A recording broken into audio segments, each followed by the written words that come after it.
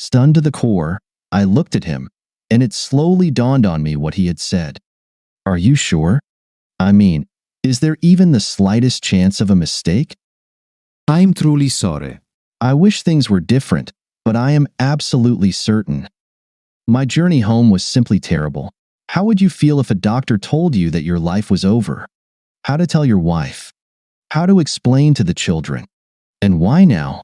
The Lord looked at me and said, "You've had a good life, George. Everything in it was fine, and now it's time to throw a spanner in the works. 1 minute, a wonderful life. The next, the end. Everything was over. It's not fair. It's just not fair." My life was like a fairy tale. I was the golden boy, an excellent student from my first school years through college, a superb athlete. I mastered several sports. I was the quarterback in the school team when we managed to rise to the regional level.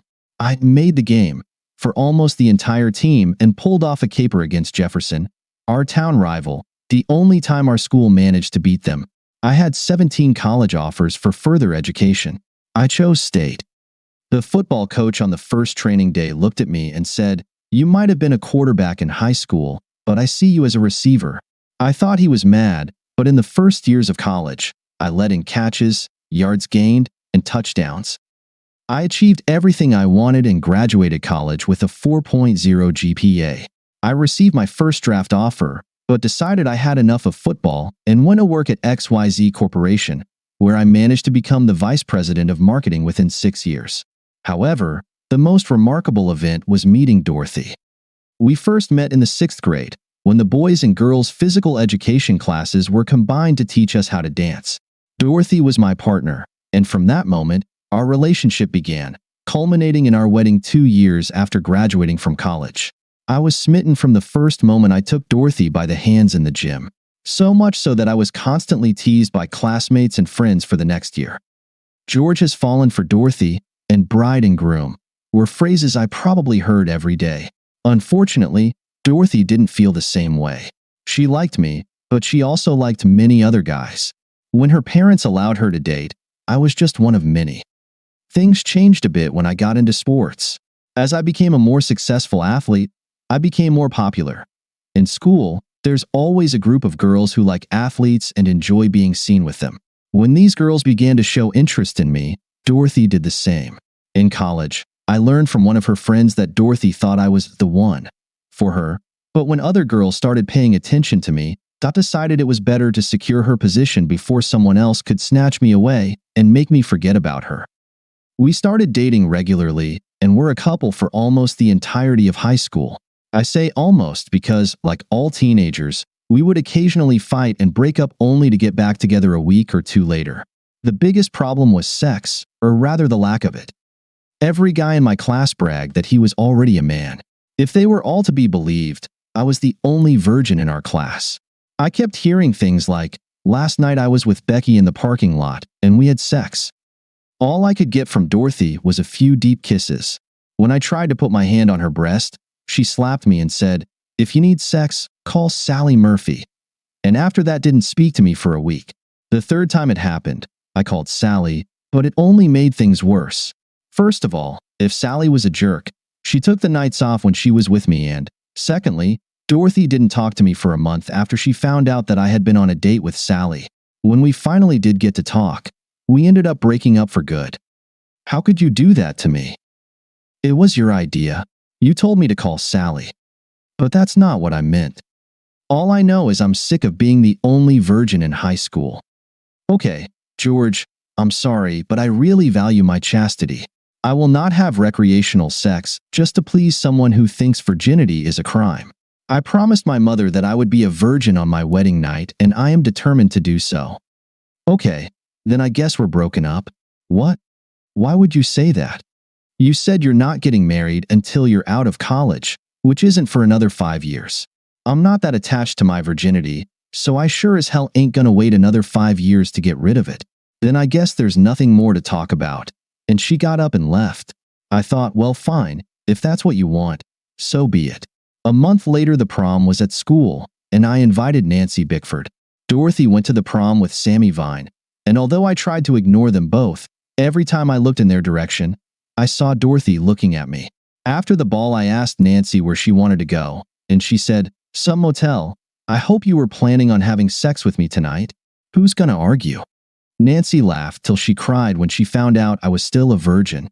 "You'll be my first. So we're gonna do it my way." What does that mean? It means I'm gonna teach you how to do it my way. What does it usually look like? I'm told what to do. But most of all, Nancy wanted to be licked. She especially liked it when I licked her after I had sex with her. I was a virgin and didn't know anything about it, so when she told me that boys always lick their seed after making love, I believed it and did it. It was good and bad. Good because she told all the girls what I did and I became very popular. Bad because one of the girls who heard it was Dorothy. Nancy and I dated for about a month, and then she started dating a guy from college and dumped me. Nancy had barely disappeared from view when Sarah asked me to go with her to some family event, and that same night I ended up face to face between her legs. She immediately told everyone that Nancy hadn't lied, and a week later, Sammy Bain started boasting that he had uncovered Dorothy. After Sarah, there were Betsy, Barb, and Cindy, and I heard that John, Bill, and Mike had dated Dorothy. It seemed like she was showing me that she would do this every time I did. One day, not long before graduation, I was sitting in a booth in a soda shop when Dorothy slid into the seat opposite me. "How have you been?" "Good." "You don't call me anymore." "There's nothing to say." "George, don't be like that. Don't feed me lines. You lied to me, then stood up and walked away from me the last time we talked." "I didn't lie. I have never lied to you." "Seriously? How about, I will be a virgin on my wedding night, and I won't get married until I finish college." "How about, I won't have sex with someone who thinks virginity is a disgrace." Now you're telling me that wasn't a lie? You're not married, but you're definitely no longer a virgin, and you haven't even started college yet, let alone finished it. Are you telling me that Sammy, John, Bill, and Mike were not just casual sex? And I noticed that you had no problem giving Sammy what you never even considered giving me. Like I said, there's no reason for me to call you because there's nothing for us to say to each other. The summer between finishing high school and starting college was very hectic for me. I worked 2 part-time jobs, trying to pay off my car and have some spending money for when I started school. I still managed to go on dates 2 or 3 times a week. Most of my dates were with girls who wanted to see for themselves if what Nancy, Sarah, and a few other girls had said was true. I didn't see Dorothy at all that summer, but I heard she had quite a few guys. In the fall, I started college, and life became a bit more complicated. I still had a part-time job. I was taking 16 credit hours at college, plus I continued to play football. Enough girls from my old high school attended state, so I still had some sort of sex life. But with work, academic load, and football practice, one evening a week and one day on weekends was the best I could manage. It was little, but still a lot more than some other guys got. Although Dorothy was supposed to attend state, I didn't see her or hear anything about her or what she was doing. I was curious, but I wasn't going to ask. The last thing I wanted was for someone to tell I saw George yesterday and he was asking about you. As it turned out, I didn't need to worry. Family issues prevented her from starting the fall semester. When she started in the spring semester, and I only saw her once or twice, then one day after class, I found her in the hallway waiting for me. "Can we talk?" "About what?" "About us." "There is no us anymore. Not since the day you said we had nothing more to talk about, and then you got up and left. And as far as I remember, what we were talking about was the virginity you were planning to keep for the next 5 years. The same innocence that you gave to Sammy Bain in less than 3 months. I did that to hurt you, George, not because I particularly liked Sammy. It hurt terribly when you didn't invite me to the prom, and it killed me to find out that you were with Nancy, what you two were doing. It killed me, George. You were supposed to be mine. But I bit my lip and survived because I expected you to come back to me after you got rid of your issues and were done with Nancy. Then you moved on from her to Sarah, and I freaked out and said, okay, I'll show him, and went on a date with Sammy. After that, every time you dated a new girl, I dated a new guy just to get back at you. So what was the point of all this, Can we just stop throwing stones at each other, Georgie? Can't we try to be together again? I really didn't know what to answer. I missed her. I still thought about her almost all the time. She was still the most beautiful girl I'd ever been with, but still, damn, I didn't know. She waited for me to answer, and when I remained silent, she said, "Why can't you answer me, Georgie? Is it because of the sex? Is it because Sammy got it that you didn't? Well, let me tell you that you dear only one. You lost your innocence to one of the most accomplished girls in school, and rumor has it you had a very good time. Things were different for me, as they were for Sammy, for that matter. I was in terrible pain, and I punched him in the chest so hard trying to make him stop that he was bruised for a week. I also got blood on the seat of his dad's car, and he got a hell of a beating for it. And then add to that the fact that I really didn't like it. Then why did you keep doing it? To see if I could make you angry. You kept having sex with Sammy, John, Bill, and Mike even though you didn't like it? No, I just didn't like Sammy. The rest of them were pretty cool. You like sex that much? It was pretty good with Mike. It was okay with John and Bill and some of the others, but Sammy sucked. It was 1-2. I'll call you tomorrow. So what do you think is going on with us? I have an off-campus apartment, and I want you to move in with me. Where'd you get the money for an apartment? My grandmother passed away and left me a lot of money. That's why I didn't start spring semester. I had a family business to take care of. Do you want to live with me? Yes. And if you say yes, I will do everything possible to make up for lost time and have sex with you until you're half dead. And she did just that, trying her hardest to keep it up for the last 14 years. She completely spoiled me. She pampered me, served me in any way. My wishes were her command and all that. Our sex life was incredible. Even after living together for 4 years and then being married 14 years ago, we continued to make love 5 or 6 times a week. Having 4 children in the house didn't stop us. Life was beautiful, but now this. I couldn't face it when I got home. One look at my face, and she would have known something was wrong. To avoid that, I told her I had problems at work and needed to do some work at home until the next morning. Then I went into the room, closed the door, sat at the desk, and stared at the wall. After an hour or two of trying to make sense of what the doctor had told me and feeling sorry for myself, I finally broke out of the loop. I was not a coward, had never been one, and was not about to become one. I pulled out the yellow pages and started looking for doctors. I made a list of half a dozen or so and put it in my briefcase. I wanted a second, third, fourth, and maybe even a 12th opinion. One opinion was definitely not enough for me. The list was made. It was time to decide what to do next. I came out of the room and went a fine dot. If the doctor was right, I wouldn't have many chances left. She was in the kitchen, washing dishes, and I grabbed her hand and said, "Woman, I have needs," and dragged her to the bedroom, where we had sex until exhaustion. 2 weeks later, the jury was assembled. 5 different doctors told me the same thing. It was no longer possible to deny it. I couldn't hide from it or run away. The only thing left to do was to face it head-on, sit down with Dorothy, and tell her. This was the hardest part of the plan. We were good together. We fit each other perfectly, like a hand in a glove. Everyone said we were the perfect couple. Everyone said they wished to be like us. I took a day off to talk to Dot while the kids were at school. I didn't want us to be interrupted. It's pretty hard not to get distracted when Alice walks into the room saying, "Mommy, Josh hit me," or maybe Mary saying, "Mommy, can you help me dress my doll?" Or Kevin wanting me to show him how to lace up his baseball glove. I couldn't find the words. I sat there looking at the woman who made my soul sing and couldn't bring myself to say a word.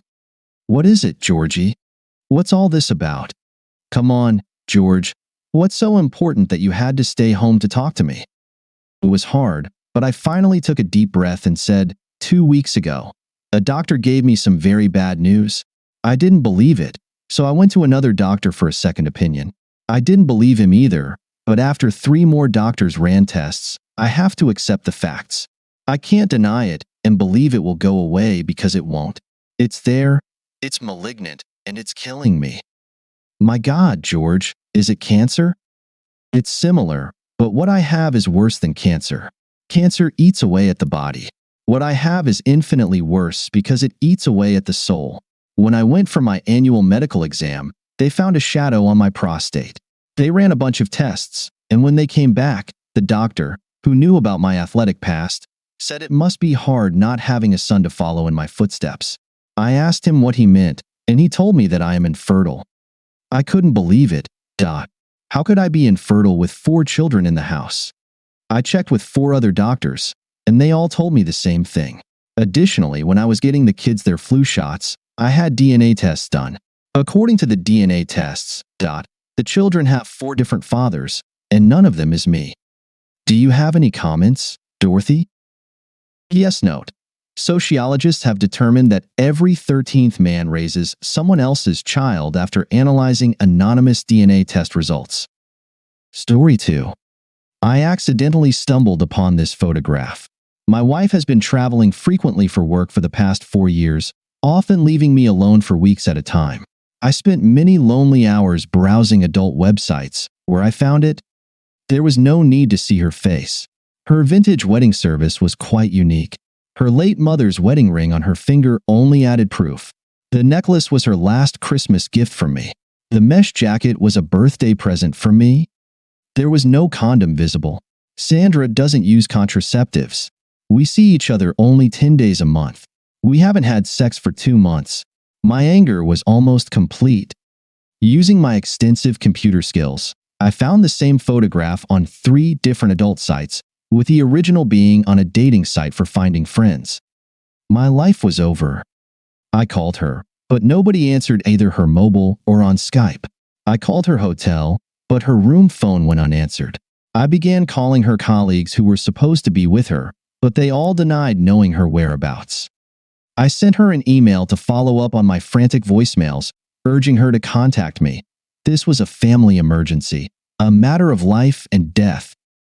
After 30 minutes without a response, I asked her hotel to send someone to her room. 10 minutes later, my mobile rang. Hey, honey, what happened? Check your email. I pressed send and forwarded her the photograph. Oh my God. Don't say another word. Pack your stuff and get on a plane today. Honey, I can't. If you're worried about losing your job, don't be. Just pack your things and come back here in a few hours. I can't. I'll send the photo to all your work contacts. What? The clause about morality in your employment contract. By 8 tomorrow morning, you won't have your precious job anymore. Get on the damn plane. I hung up the phone and started preparing for her arrival. At 8:05, I received a text message from her CEO. He informed me that my wife had been immediately fired and apologized that her behavior had discredited herself, our marriage, and the company.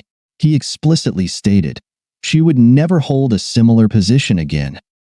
I couldn't help but laugh at this absurdity. At 8:15, I called her, directly to voicemail. I saw that I had a message with the details of her flight. I ordered an Uber to pick her up and bring her home. 10 minutes to 11, she approached the front door. I wonder what her first thoughts were when the key didn't work. She rang the bell, and I waited a few minutes before opening the door. Please, honey, let me explain. Her gaze slid across the living room. All her things were neatly packed in boxes. Sit down, you damn scoundrel. Sandra sat silently. No tears, no signs of remorse. Well, what a witch. You can stay here for a short time to pack your things. You will not leave this room. You will not talk to me. No explanations are possible. So make a few phone calls and get out of my house. You must want to know why. I walked to the kitchen and poured myself another cup of coffee. Leave your rings on the side table. Since you brought it up, I wonder what your damned mother would think of you now. From the next room, there were sobbing sounds. I didn't care. I reloaded for the next shot. If there's a knock at the door, open it. It will be for you. Yes, that sound again. Definitely a thud. Finally tears, although I'm sure she didn't shed them over our marriage. As if on cue, there was a knock at the door. Sandra opened it and saw her father. His eyes burned with righteous fire. I heard a slap from the other side of the house. From this minute, you have no family. Live on the street. That's how vermin like you survive, right? Dad, please. Your mother would die again if she heard about this. Thank God. She's already gone. As we speak, your sister is erasing you from our lives, and no one will lift a finger to help you." He turned and walked away. I know his heart was breaking into pieces. I heard Sandra slump back into the chair. Her uncontrollable sobbing was almost music to my ears. 20 minutes later, the phone rang again. I didn't even move to answer it. I heard her get up and drag herself to it. "Father Mike." "I didn't." "Sandra White, I am here to inform you that from this moment, you are banned from all parish activities, including confession. Based on everything I know, I will be meeting with the Archbishop to formalize your excommunication." New. Father Mike himself closed the door. I don't know how long she lay by the door. Honestly, I didn't care. Each thud was like a breath that burst into my lungs. Each scream was a jolt to my heart. After finishing my coffee, I approached the door and saw that Sandra was still lying there. I leaned down, picked her up, and led her to the sofa. I carefully laid her down and looked down at the woman I once loved. Now there was nothing there. No love, no hatred, just emptiness. "Sandra Nicole Dean White, your career is ruined. Your family has disowned you. Your church has abandoned you. Can you say that your life is now over?" She lay there, exhausted beyond measure. For a few minutes, it seemed nothing in her moved. Then came a simple yes. Then it settled. "Sandra, now tell me, did you have sex with another man last night?" "Yes." "Did you have sex with other men while you were traveling?" "Yes." "Did you have sex with a man every night while you were traveling?" "Yes." "Did you ever use condoms?" No. "How did you not get pregnant?" "I have a diaphragm." "Now answer me, Sandra. Why?" "Because I didn't have you." "Are you mocking me?" It took me some time to control my rage. I got up and walked around the house for about an hour before returning to the living room. "Before you, I had other lovers. The first time we made love, it was deep, strong, meaningful love. I had never experienced anything like it before. The months leading up to my promotion were the happiest in my life. Then I had to travel so much. It was killing me being away from you. I needed you, your touch, your love. I missed you so much that I started doing terrible things to fill the void. And then I couldn't stop. Complete nonsense. Why did you never tell me anything? We were trying to save up to have a child. We really needed my income. I couldn't step back until we had saved enough for me to stop working. So, you were lonely and selfish. Did you ever think about what I was doing while you were gone for 3 weeks every month? I tried not to think about how lonely you were. I tried to drown out my guilt with all that sex. Oh God, honey, there were so many men. Are you so sure that all of them were free of drugs and diseases? They all had medical certificates. Like this one? I extended a blank letter I had downloaded from a swinger's site. All I needed to do was fill in my personal information. I wonder how many people are currently living with HIV who were deceived in this way? Sandra examined the form and once again couldn't hold back her tears. Later today, I'm going to the clinic. If I show signs of a sexually transmitted disease, I will kill you. Do you understand? Please, God, honey, please kill me now. Please, erase my soul from existence. Free me from this guilt and shame. Please, kill me. No. I won't dirty my hands with someone like you. However, there is another option. Sandra sat down and looked at me. I don't know if it was hope or despair. I reached behind my back, took her grandfather's revolver, and placed it in front of her on the coffee table. I offer you a trustful exit. I won't kill you, but I will sit here and watch you kill yourself. Do you have the strength to end it now, Sandra? Do you really want an easy way out? Sandra stared at the pistol. It seemed for hours. I saw determination on her face. She leaned forward, grabbed the weapon, and pressed it against her right temple. Tears flooded her eyes as she looked at me for what she knew must be the last time. Please, try to forgive me. I have been so terrible to you. Find a way to live on without me. Please know that I am very sorry and I love you. Sandra closed her eyes and pulled the trigger. In the enclosed space, The gunshot sounded extraordinarily loud. Sandra slumped, and the pistol slipped from her hand. I took my cell phone and dialed 911. Hello. My wife just attempted suicide. Thank you for being with us and listening until the end. If you found it interesting, please subscribe, give us a like, and leave your comments. And we'll see you on the Cheating Secrets channel.